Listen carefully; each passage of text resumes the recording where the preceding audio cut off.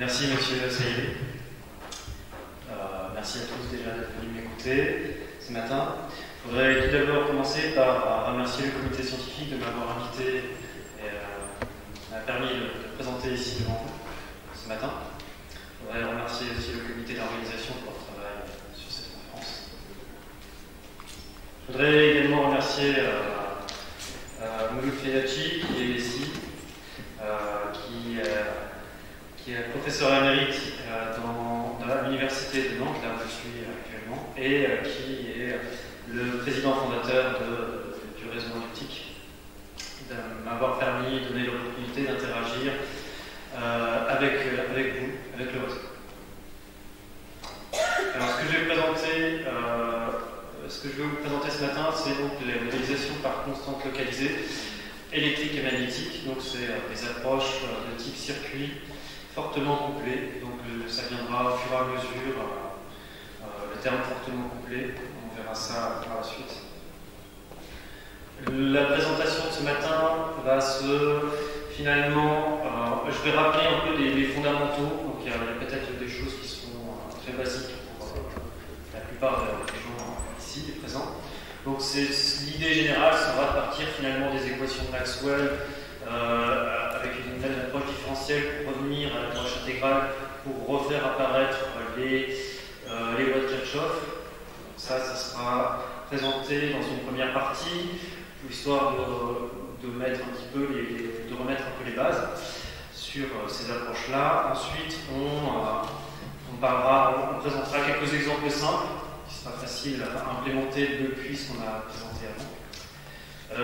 Et je présenterai deux travaux qui ont été deux travaux assez récents, donc sur le point 3 et le point 4, donc sur le multiplicateur magnétique. Donc c'est une boîte de vitesse qui permet de multiplier la vitesse.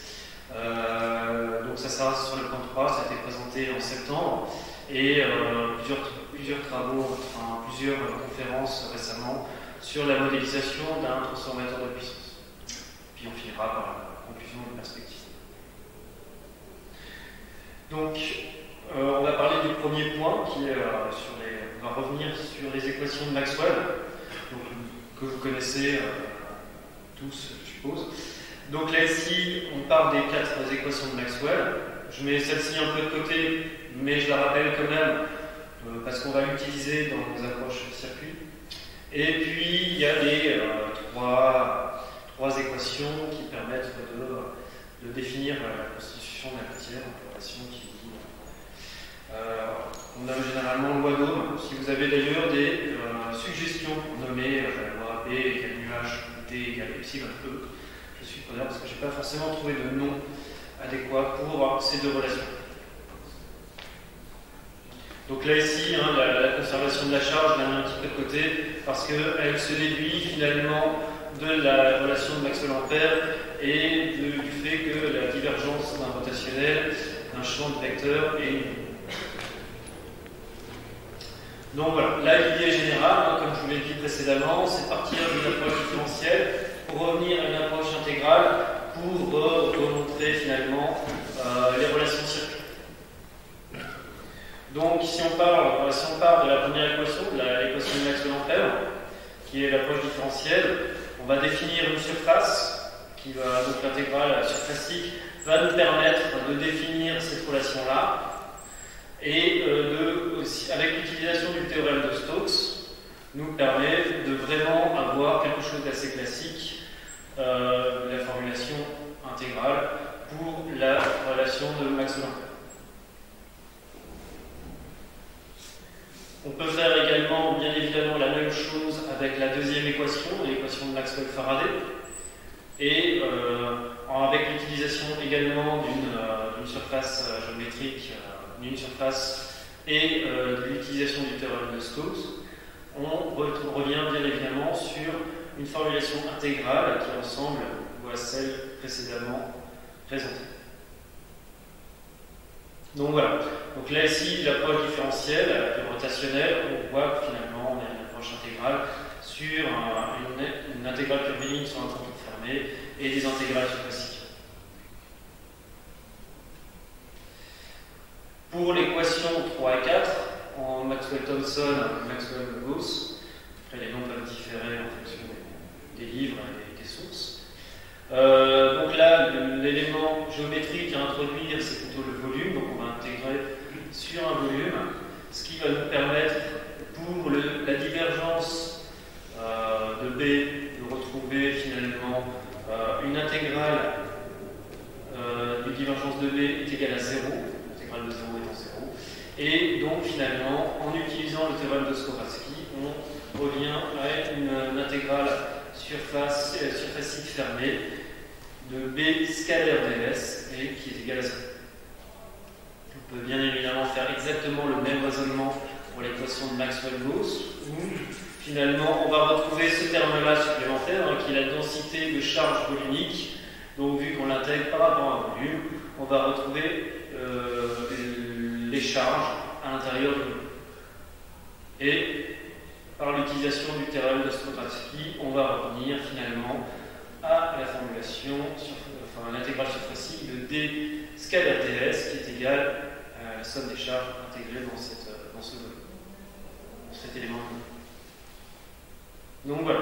Là ici, c'est un peu rapide, mais je suppose que c'est des choses qui sont connues. Donc finalement, là ici, on peut retomber finalement sur une intégrale surfacique d'une surface fermée, et on peut retrouver donc ces différentes équations, formules, et celle-ci rajoutée, je ne l'ai pas présentée, mais elle se déduit des autres. Maintenant, l'idée, ça va être d'introduire, de remplir ici cette slide-là par les approches circuits, de revenir, donc de faire le chemin jusqu'à la formulation différentielle jusqu'à l'approche circuit. Donc là, ici, si on utilise ces équations-là qu'on n'a pas encore utilisées, qui nous permettent finalement le sigma E de le remplacer par le J, le epsilon E par le D, et également le nuage par le B, on va trouver ces intégrales-là, J scalaire ds, D scalaire ds et D scalaire ds. Et par définition, on définit des flux, des flows en anglais, où on va retrouver le flux magnétique, le courant et les charges. D'accord. Donc là ici, ce sont vraiment des définitions, ce qui nous permet de remplacer ces termes-là par le courant, par ici la dérivée par rapport au temps des charges, qui est proportionnelle du courant à un courant, et ici la dérivée par rapport au temps du flux magnétique. Si on introduit la notion de circulation de flux, on va pouvoir définir avec le H égale moins gradient du potentiel scalaire magnétique, et on va pouvoir définir ainsi la différence de potentiel magnétique de la même manière avec E qui est égal à moins gradient de V. On va pouvoir définir ici la différence de potentiel scalaire électrique. Donc là ici, ça nous permet finalement, si on utilise donc, si on repart de notre intégrale curviligne sur curviligne fermée, on va pouvoir le dissocier en plusieurs segments, comme on dit en anglais. C'est la relation de Chasles aussi, on trouve en français et dans d'autres langues. Et ce qui va nous permettre de définir au final une somme de forces magnétomotrices sur le contour fermé qui va être égale au courant plus la dérivée des charges par rapport au temps, et de la même manière la somme des tensions qui va être égale à moins dφ sur dt. Donc on va retrouver finalement nos lois de Kirchhoff, les lois d'Émail, à partir de cette approche intégrale.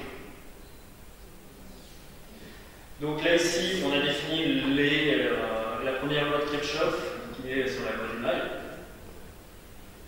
Pour la loi des nœuds, on va partir finalement de la formulation des divergences et des intégrales surfaciques sur des contours fermés. De la même manière qu'on a présenté précédemment, on peut dissocier finalement cette intégrale en plusieurs intégrales, donc la somme de plusieurs intégrales. Là ici, j'ai pris un exemple assez simple d'un cube, où finalement on va retrouver 6 surfaces sur un cube, et donc on va pouvoir faire la somme de ces intégrales surfaciques. Donc on a 6 intégrales surfaciques à résoudre. Donc voilà, là ici ça nous permet d'introduire chacune des intégrales. Là ici c'est ce qu'on avait défini précédemment, hein, c'est les flots, avec B, enfin les flux, B scalaire ds ça va donner un flux magnétique, là ici ça va donner un courant, et ici les charges électriques. Donc au final, on va avoir la somme des flux magnétiques qui va être égale à 0, la somme des courants électriques qui va donner un courant, et la somme des charges électriques qui va donner un courant. Donc ça c'est pour la loi des nombres. Donc voilà, là ici, là, ça a permis, ces petits slides-là, c'était pour revenir finalement sur une vision plutôt circuit des équations de Maxwell. Parce que je pense que la plupart des personnes qui ont présenté jusqu'à présent, c'était plutôt sur des formulations différentielles, voire intégrales.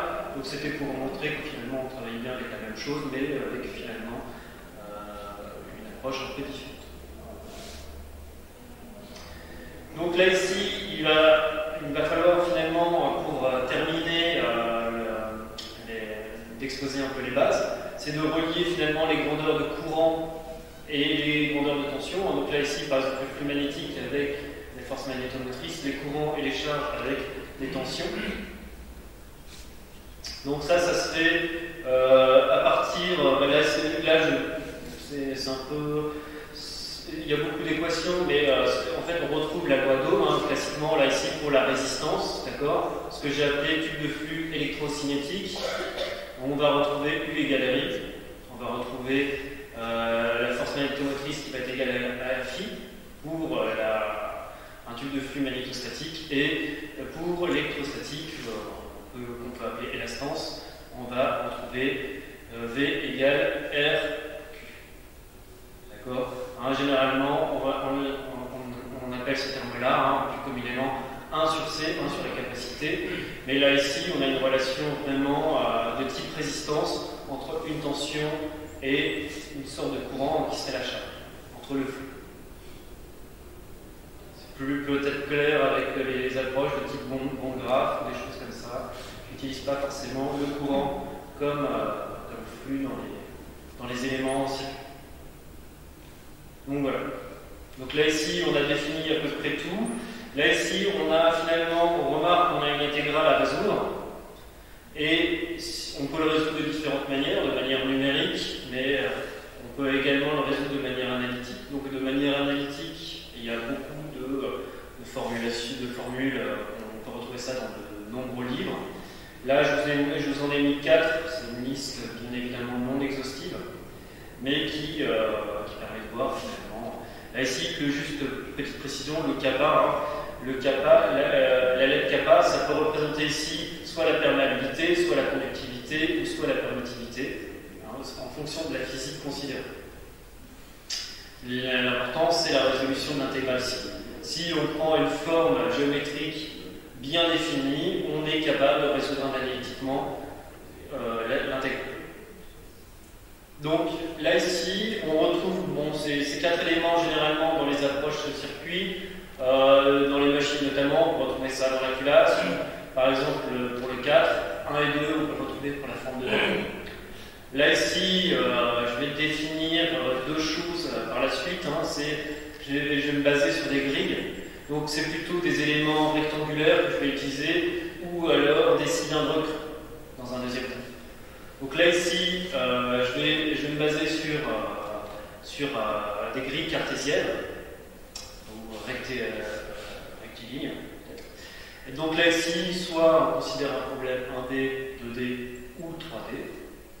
Et là ici, hein, ça permet finalement de retrouver un peu cette notion de maillage qu'on peut avoir dans les approches numériques, hein, qui peuvent différer aussi. Alors il y a des distinctions parfois entre réseau expert, réseau maillé. Il y a plein de dénominations. Le réseau expert étant finalement des approches où on vient se rapproche un peu plus des modèles à constante localisée, où finalement on vient mettre un élément, par exemple dans la dent, puis un élément dans la culasse, on n'a pas vraiment de maillage. Là ici, ce sont plutôt ce que je vais présenter aujourd'hui, ce sont plutôt des approches maillées. C'est des approches que j'ai initialement...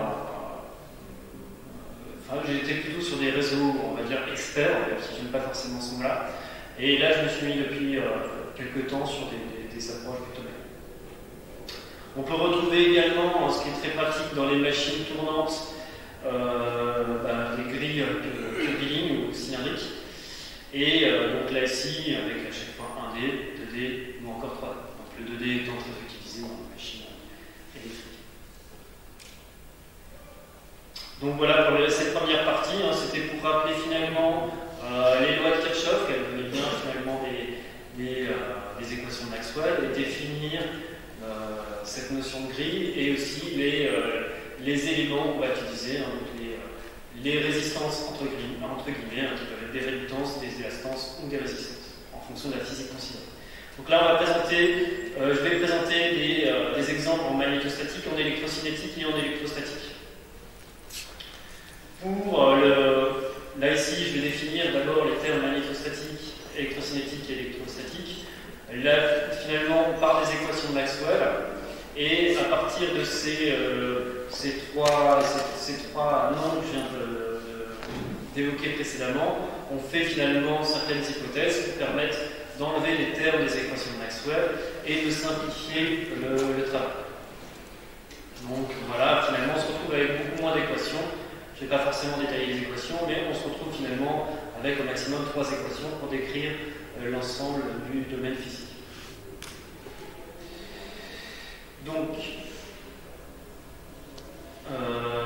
là ici, oui. Alors là ici, on peut donc du coup un peu faire la même démarche qui a été faite précédemment. Ça veut dire qu'on peut revenir à une approche intégrale et revenir à une approche circuit. Donc là ici, on va retrouver notamment quelque chose d'assez classique pour l'électrocinétique. La somme des tensions est égale à 0 sur une boucle, la somme des courants est égale à 0 en avant. D'accord ? On a d'autres choses qui interviennent avec un I et un Q, on en discutera par la suite. Donc là ici, pour l'électrostatique, alors c'est assez simple finalement, je vais présenter les grilles. Pourquoi ? Parce que c'est assez simple de mettre sous forme de circuit, notamment si la grille est finalement quelque chose qui est un seul matériau. Donc ça se met assez simplement, il suffit d'écrire la matrice laplacienne et puis à partir de là, on peut rapidement finalement décrire le système résistif. Et après, il faut rajouter dans les termes sources pour finalement pouvoir simuler. Donc là, on va simuler tout d'abord une particule. Donc là, ici, il suffit de rajouter en un nœud du circuit une source de courant. D'accord ? C'est une source de courant, en fait, c'est une source de particules. D'accord ? C'est une particule, mais dans l'analogie électrique, ça serait une source de courant. Donc là, je l'ai mise au milieu. Et je trace ici les isopotentiels et les lignes de champ et également le champ de vecteur D. D'accord ? Et voilà, je ne sais pas si ça se voit, si on le voit bien, mais donc voilà, on a un champ irrotationnel à gauche, et puis on voit que tous les vecteurs vont vers la particule. Donc là ici, on peut le faire évidemment en 3D également, c'est un peu moins pratique à visualiser. Il faut mettre peu d'éléments pour que ça soit visible. On voit que les vecteurs sont de plus en plus grands au fur et à mesure qu'on se rapproche évidemment de la particule. On peut mettre 2 particules de signes identiques. Et donc là, on peut également, je ne vais pas forcément décrire ce qui se passe là. Et on peut mettre évidemment une source, on peut inverser le sens de la source. Et donc on a finalement des figures assez classiques en ajoutant 2 particules. Donc là ici on est venu rajouter une source de courant positif et une source de courant négatif. Donc là ici on voit 2 champs assez ronds, aplatis, ovales. Et si on passe maintenant, on met une source on va considérer qu'on a peut-être soit 2 particules positives ou une particule avec une charge plus importante, on va retrouver finalement un champ un peu différent. Donc voilà, là c'est pour présenter finalement, c'est assez simple à représenter avec cette approche-là, avec des grilles. Il suffit de mettre des sources, dans le terme de source, juste des éléments. Donc on peut représenter aussi des condensateurs. Donc là, le condensateur, ça va être plutôt des conditions aux limites où on va finalement imposer un potentiel. Donc là, ici, par exemple, classiquement, on peut prendre une surface à 1 volt, une surface à 0 volt. On voit que finalement, là, ici, le champ de vecteur D va passer de l'armature à 1 volt à 0 volt, et que les isopotentiels et les lignes de champ sont perpendiculaires entre eux. On peut bien évidemment faire des cas un peu plus particuliers. On va prendre une armature qui est en opposition directe avec l'autre armature à 0 volt, et on va voir les lignes de champ qui vont se déformer pour atteindre 1 volt à 0 volt. On peut faire la même chose du coup en électrocinétique avec une feuille de cuivre où là ici on va pouvoir imposer une source de tension extérieure. On va se ramener également à un modèle du TED1 pour faciliter, pour implémenter l'excitation dans le terme de source. Et donc là ici, typiquement, je viens imposer une tension, je mets mon fil ici et il ressort par là. Et là ici, on va avoir la densité de courant, la répartition de densité de courant qui va être dans la coque. Donc voilà, ça c'est pour l'électrocinétique. On peut également, si j'arrive à passer le slide, le faire dans les coins. Comme précédemment, on peut le mettre ici dans un coin et dans l'autre. On va voir finalement les isopotentiels qui vont là se déformer, les lignes de champ qui vont se déformer, ils vont passer d'un coin à l'autre. On peut également, bien évidemment, le faire sur un cube, où on viendrait alimenter un point du cube et un autre point du cube. Donc voilà. Là, ici, on peut évoquer la dernière physique que je voulais introduire, la magnétostatique, où finalement on peut soit avoir un câble dans lequel circule un courant. Donc, ça ici, c'est ce terme-là qui vient apparaître. Ça veut dire que la somme des forces magnétomotrices, là ici, n'est pas forcément égale à 0. Si un courant circule à l'intérieur de cette boucle, il faut rajouter une source qui prend une source de tension ou une source de force magnétomotrice qui vient finalement retranscrire le câble qui est à l'intérieur de cette boucle. Donc voilà, là ici on peut prendre un câble par exemple et on va voir qu'on a un champ solénoïde autour de ce câble-là, avec une rotation ici du champ. De la même manière, on peut utiliser des aimants. C'est un peu ce que je vais utiliser par la suite sur le prochain point. Donc, c'est cet élément-là que je vais utiliser pour modéliser la boîte de vitesse magnétique. Donc là, ici, c'est un exemple assez simple. Là, il y a plusieurs matériaux. C'est toujours sur la forme d'une grille, mais c'est un peu plus complexe à mettre en place parce qu'il y a différents matériaux. Donc là, avec un aimant, de l'air et ici du fer, et bien évidemment, le flux va se refermer dans le circuit magnétique. Et donc voilà. Donc j'en ai fini là ici pour les exemples simples. Et je vais passer maintenant du coup à la présentation sur le troisième point sur le multiplicateur magnétique. Donc là ici, c'est un travail qui a été présenté à Electrimax donc j'avais dit septembre, mais non, c'est en juin dernier. C'est une étude qu'on a fait avec un master qui est ici, qui dépend donc de l'université de Guangzhou en Chine, et que j'ai encadré avec notamment Mohamed Nedjet, que peut-être certains d'entre vous connaissent. Donc sur le multiplicateur, donc là ici le multiplicateur magnétique, on a finalement ici, donc là c'était censé tourner, mais ça ne tourne pas. Mais c'est pas grave, là ici, donc là ici c'est le rotor rapide, et là ici c'est le rotor lent, avec là ici un anneau fixe qui va moduler le champ vu entre les deux rotors. Donc pour le contexte de l'étude, là ici c'était un contexte finalement éolien éolien offshore et ou hydrolienne.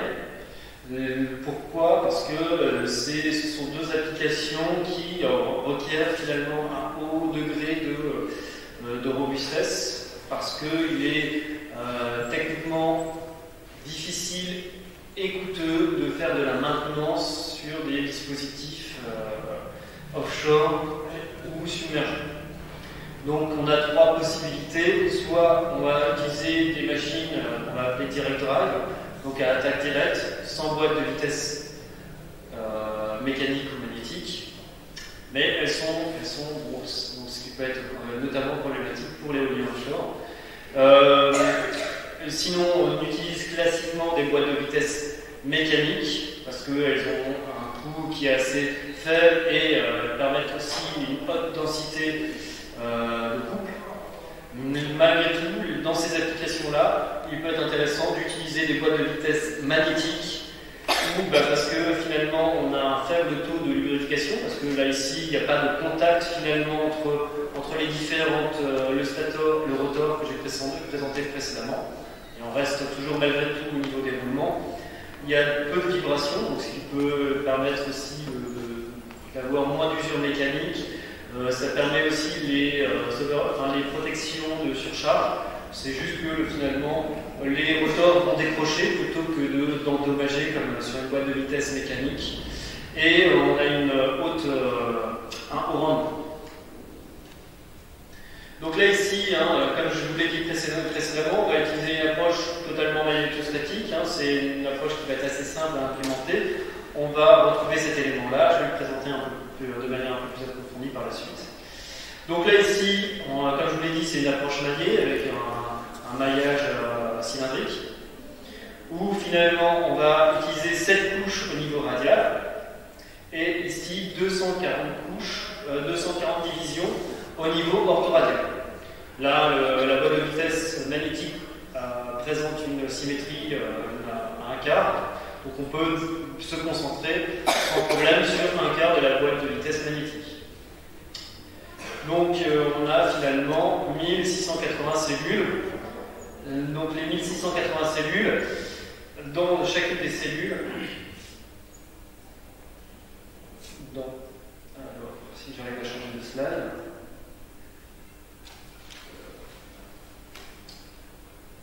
oui, ok, donc là j'ai aussi. Donc, sur chacune des cellules, finalement, on va retrouver l'élément que j'ai présenté précédemment en magnétostatique. Donc, ça veut dire deux réluctances tangentielles et deux réluctances radiales, avec deux sources de courant, qui peuvent être nulles dans la plupart des cas, quand finalement, ici, on n'a pas d'aimant. D'accord? Là, ici, on utilise ces propriétés-là, de l'air 1 et 0. Et par exemple, pour les aimants, on va retrouver un BR qui est non nul, ce qui va nous permettre ici d'avoir des sources de fluide non nulles. On utilise également les réluctances qu'on a présentées précédemment avec le logarithme népérien sur des éléments cylindriques creux. Donc voilà, il n'y a pas forcément beaucoup de difficultés là-dessus à implémenter. Là, ici, c'était un calcul sur l'objectif de l'étude de ce master-là, c'était d'étudier notamment le couple. Donc là, ici, on part de l'équation du tenseur de Maxwell pour calculer le couple dans un élément. Dans un élément, on va retrouver l'élément du volume et on va retrouver finalement l'équation de Maxwell. Et on va le calculer dans les deux entrepôts. Ici, on va finalement, il n'y a pas de mouvement, d'accord, sur cette première simulation, sur cette première validation, on considère une position à un instant donné et on vient calculer le couple tout au long de l'entretien. Donc là, ici, on a comparé aux éléments finis. Les éléments finis sont en bleu, les réseaux de réluctance sont en rouge. On a une bonne concordance entre les deux courbes. Donc là, pour l'induction radiale, pour l'induction tangentielle, vu que le couple utilise ces deux inductions, ensuite on fait le calcul pour le couple, pour le rotor vitesse et poursuivi à basse vitesse, on retrouve des grandes similitudes. Même si ce n'est pas exactement la même chose, on a des grandes similitudes entre les deux approches. On peut le faire aussi temporellement, c'est-à-dire qu'on va calculer ici, là ici on a calculé un couple, on va pouvoir le moyenner, d'accord? Donc là ici on prend le couple et on le moyenne, on moyenne toutes les contributions du couple sur de 0 à 2pi, d'accord? De 0 à pi sur 2 parce qu'on a pris un quart, et puis finalement on fait varier, on fait bouger le rotor, les deux rotors, et on calcule la contribution du couple en fonction du pi. Donc on voit qu'on a une certaine cohérence également avec les éléments finis, et on retrouve finalement un ratio qui est logique sur ce genre de dispositif. Avec également, ça nous permet d'obtenir également les pulsations de couple qui sont conformes également à la théorie, on retrouve bien un harmonique de 40. Ensuite, on peut également faire une valeur moyenne dans le temps, donc on fait une valeur moyenne dans l'espace et dans le temps pour avoir une valeur de couple.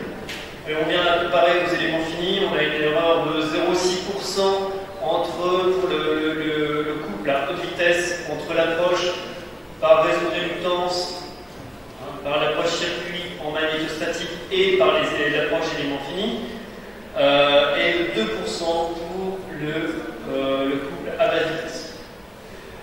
Là ici, on a une différence de taux. L'intérêt notamment de ces approches-là, c'est qu'on est assez rapide. Donc là ici, on a une approche de 15 millisecondes pour les réseaux de réductance, comparé à 30 secondes pour les éléments finis. Bon, bien sûr, tout est relatif, dans le sens où, là ici, on a pris un grand nombre d'éléments. Là ici, c'est assez pratique parce qu'on contrôle bien le maillage, on a pris une grille cylindrique.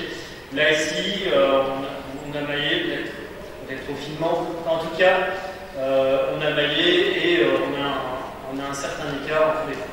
Là ici, vu qu'on choisit nos éléments, c'est assez. Peut-être qu'à nombre d'éléments, on serait plus précis avec le réseau de réductance. Bon, en gros, voilà, on est assez rapide généralement avec ces approches-là. L'intérêt de l'étude, ce qui a été présenté du coup pour Electrimax, c'était finalement, vu que c'était un modèle assez rapide, c'était de faire varier les différents angles, donc les angles des aimants ici sur le rotor extérieur et sur le rotor intérieur, et les éléments modulants. On fait varier sans a priori, de 0 à 360 degrés, de 0, donc là ici, pour qu'il soit extrêmement fin ou soit plein, et au final, de regarder un peu l'évolution du couple, et se dire, bah tiens, quelle configuration va donner un couple maximal. Donc là ici, on a fait à peu près 250 millions de simulations. Et là ici, je vais représenter ici en 3D, donc en fonction des trois angles, donc des angles des aimants et des angles des pièces modulantes ici intérieures. Chacun des points que je vais présenter, je vais prendre le maximum du couple, donc il y aura 1450, 1440 simulations derrière chaque point. Donc sur ces 250 millions de simulations, là on en représente 172 000.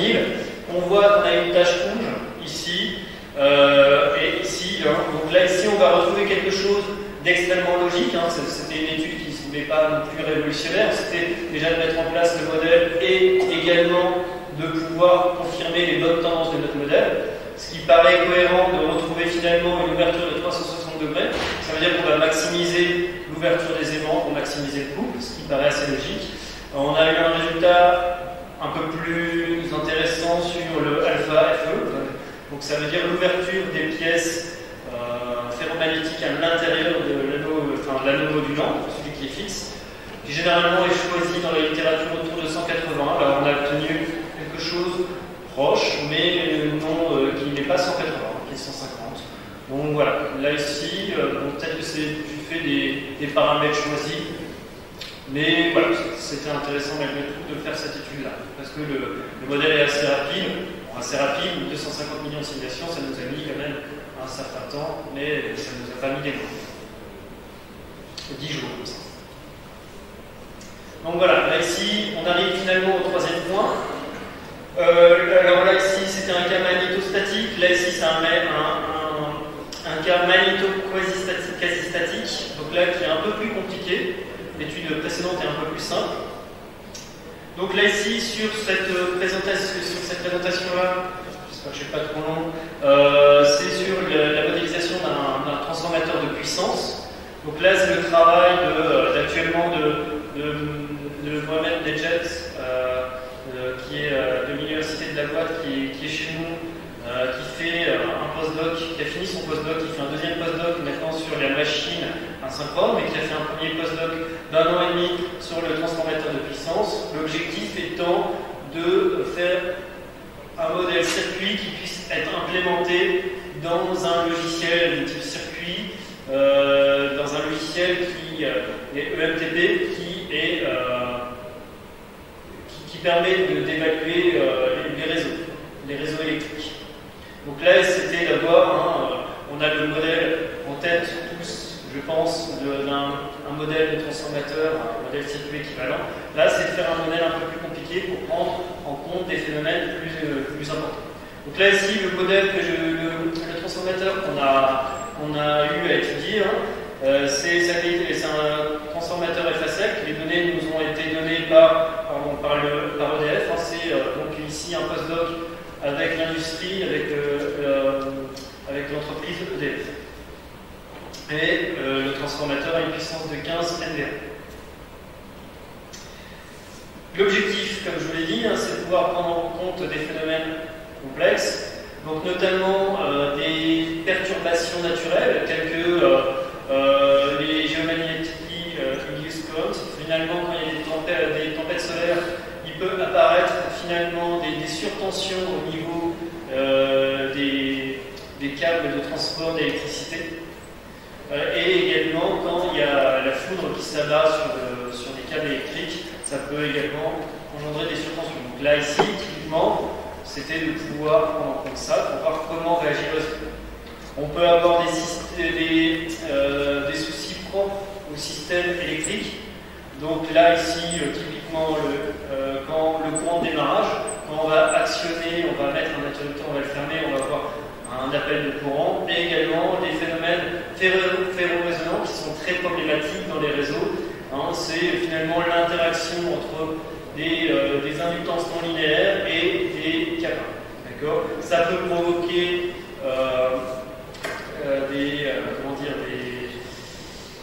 des phénomènes de résonance qui sont assez chaotiques dans les réseaux et qui peuvent endommager fortement les réseaux. Et quelque chose aussi qui nous était demandé, c'était de pouvoir simuler aussi des courts-circuits entre spires, entre des spires du gominage. Donc voilà, c'est un objectif assez ambitieux. On a réussi à répondre en grande partie. Donc là ici, je vais redéfinir j'avais défini magnétostatique, électrocinétique et électrostatique. Là ici, le magnétostatique, on a un peu plus de termes. On peut définir aussi l'électrostatique et l'électromagnétique. L'électromagnétique qui prend en compte toutes les équations de Maxwell, tous les termes des équations de Maxwell. Là ici, on en a quelques-uns, donc on a finalement quelques-uns qu'on ne prend pas en compte, notamment les courants de déplacement. Donc ça permet de simplifier l'étude, et ce n'est pas nécessaire d'ailleurs dans cette étude-là de prendre en compte cette flexibilité. Donc là ici, si on reprend un peu le principe qui a été présenté au départ, ça veut dire l'approche différentielle, on est capable de revenir à une approche intégrale et une approche circuit. Donc dans cette approche circuit, on voit qu'il y a ce terme-là qui est un seul. Là ici, ces termes-là, la somme des courants est égale à 0 et la somme des flux est égale à 0, c'est la loi des nœuds, c'est classique, il n'y a pas de souci. On a nos relations U égale R, là c'est la conductance, et là ici la perméance, ce sont des relations assez classiques. Là ici, ce sont des relations assez classiques, mais qui sont assez difficiles à prendre en compte, dans le sens où il y a une interaction entre un circuit, un premier circuit qui va voir circuler du courant, et un deuxième circuit qui va voir circuler du flux. Donc là ici, il faut faire interagir ces deux circuits-là, et par un couplage, et l'idée c'est de faire un couplage fort, ça veut dire le couplage fort, on le définit comme étant, on va décrire ces deux systèmes, ces deux circuits dans le même système matriciel, et on va venir les résoudre en même temps. Donc là ici, c'est la géométrie qui a été étudiée, d'accord, donc un transformateur classique avec 3 colonnes, un bobinage basse tension et un bobinage haute tension, et ici, qui est peut-être un peu moins, si j'ai plus mon pointeur, du coup là ici le tank qui va être autour autour du transformateur.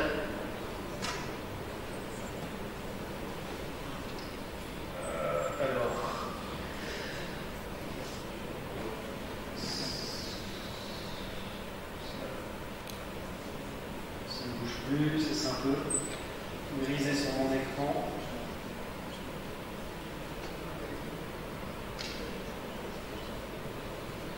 Donc là ici, je vais attendre que ça revienne, peut-être, j'espère.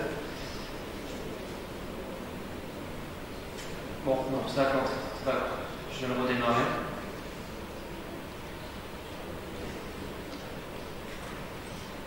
Donc là, ici, je vais revenir du coup à la slide en question.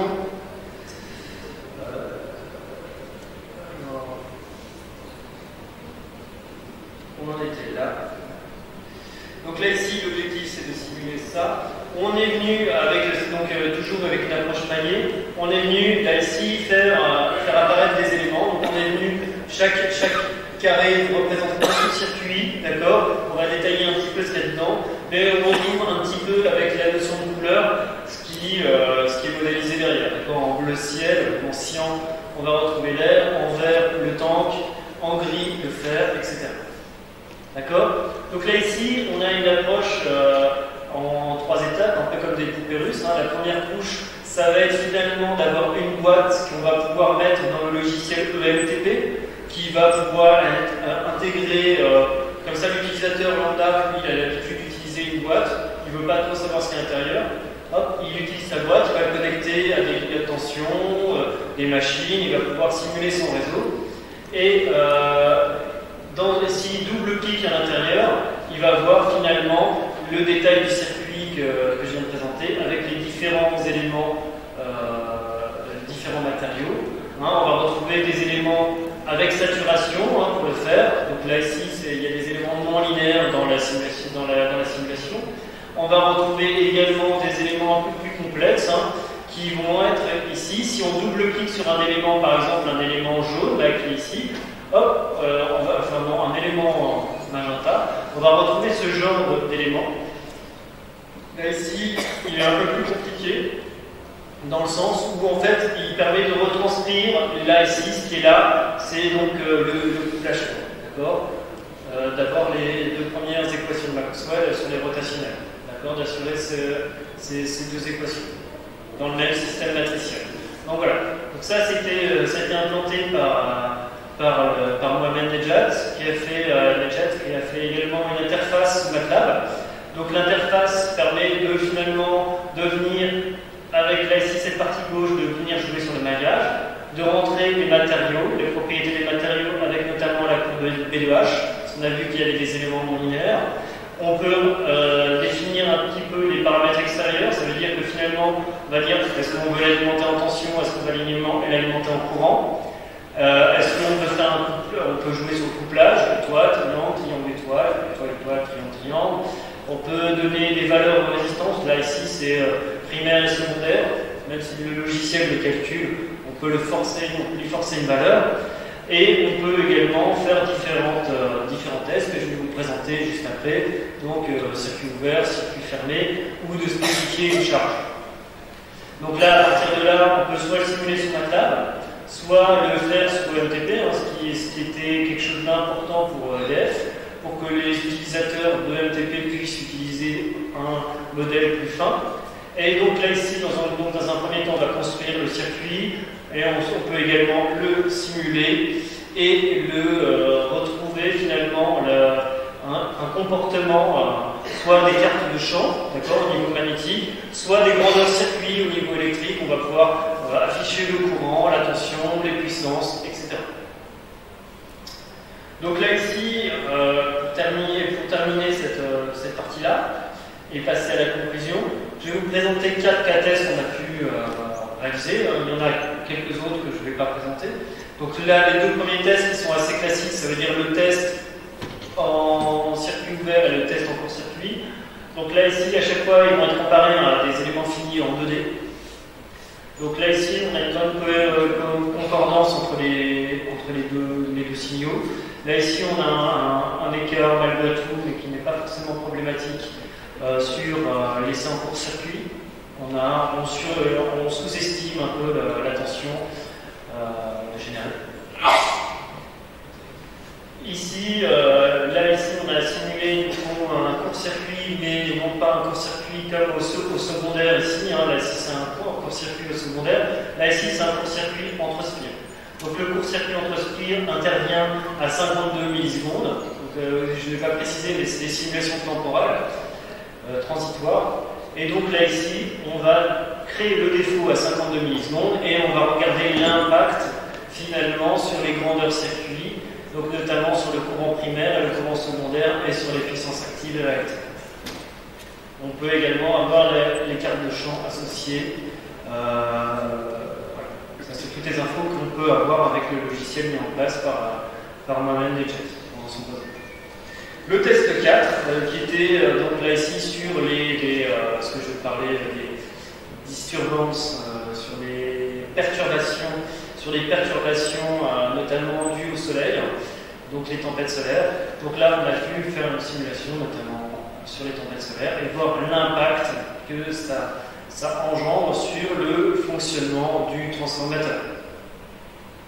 Donc voilà, ça c'est un peu les 4 cas tests. Donc c'était notamment pour vous présenter l'approche magnéto-quasi-statique. Là ici, ce qui est important de comprendre, c'est qu'il y a un couplage fort entre deux circuits, un circuit électrique et magnétique, et donc c'est assez intéressant. Cette étude était assez intéressante pour cela. On a pu justement montrer l'intérêt de ces approches-là parce qu'elles sont relativement rapides. Donc j'arrive au dernier point de ma présentation qui va être plutôt sur les conclusions et perspectives. Donc la première, le message que je voulais passer un petit peu là devant vous aujourd'hui ce matin, c'était que ces approches-là sont faciles à mettre en œuvre, entre guillemets. En tout cas, si on va faire des choses assez simples, comme je vous ai présenté des exemples simples, il est très simple de simuler une particule, une feuille de cuivre, etc. Ce sont des choses qui peuvent être assez simples à implémenter, notamment avec la théorie des graphes, que je ne vais pas présenter ici, pour la mise sous forme matricielle, et pour... donc là, l'analyse suffirait, mais si on veut utiliser d'autres éléments en circuit, parce que la modèle-analyse, c'est les résistances et les sources de courant et une source autopilotée, et les autres éléments on peut les implémenter avec le Modify Local Analysis, qui sont assez classiques et bien documentés dans la littérature.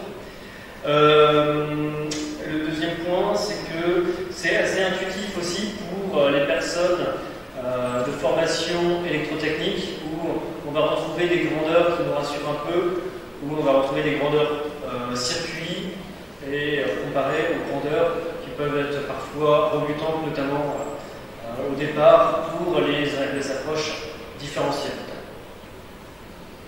Donc voilà, là ici je vais vous parler également des verrous, les verrous scientifiques principaux sur ces approches-là, c'est la prise en compte des pertes, la prise en compte du mouvement, donc je n'en ai pas parlé parce que là ici c'était un maillage sur la boîte de vitesse magnétique qui se décalait, mais on peut faire aussi des éléments avec des résistances qui varient au cours du temps ou au cours de la position. Et également avec des couplages mécaniques, etc. Je rentre en détail là-dedans. La prise en compte du couplage qu'on a présenté précédemment, qui n'est pas forcément très aisée à implémenter de manière systématique. Donc là ici, les verrous à sa diffusion, à la diffusion de la méthode par l'open model, par des approches circuits, c'est notamment, je pense, d'avoir des maillages quelconques, ce qui pourrait permettre notamment de faciliter une intégration dans un logiciel, parce que pour l'instant, on démarre souvent de zéro et on est obligé souvent de tout refaire. Il n'y a pas vraiment des logiciels qui existent pour ces approches-là, comme on peut retrouver en élément fini. Ça, c'est vraiment, pour moi, un point vraiment important sur ces méthodes-là qu'il faudrait vraiment pouvoir résoudre à terme. Donc la dernière slide de ma présentation, c'est sur les perspectives. Donc elles sont très nombreuses, mais je vais en citer une seule qui va concerner plutôt une évolution sur ces approches-là, où j'aimerais bien, notamment avec un stage master dans un premier temps, faire du contrôle non destructif. Il y a beaucoup de gens ici dans la conférence qui ont présenté des choses similaires, des choses dans ce thème-là en tout cas. et pour détection de défauts dans les matériaux. C'est quelque chose que j'aimerais bien implémenter à partir de ces approches-là, avec des circuits qui sont nécessairement 3D et également avec donc ce qu'on appelle les dual grid. C'est un peu quelque chose que j'ai introduit rapidement précédemment.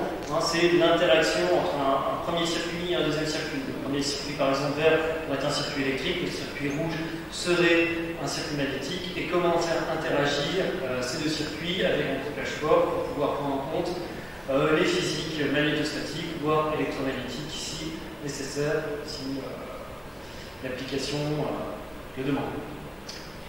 Donc voilà, c'est tout pour ma présentation.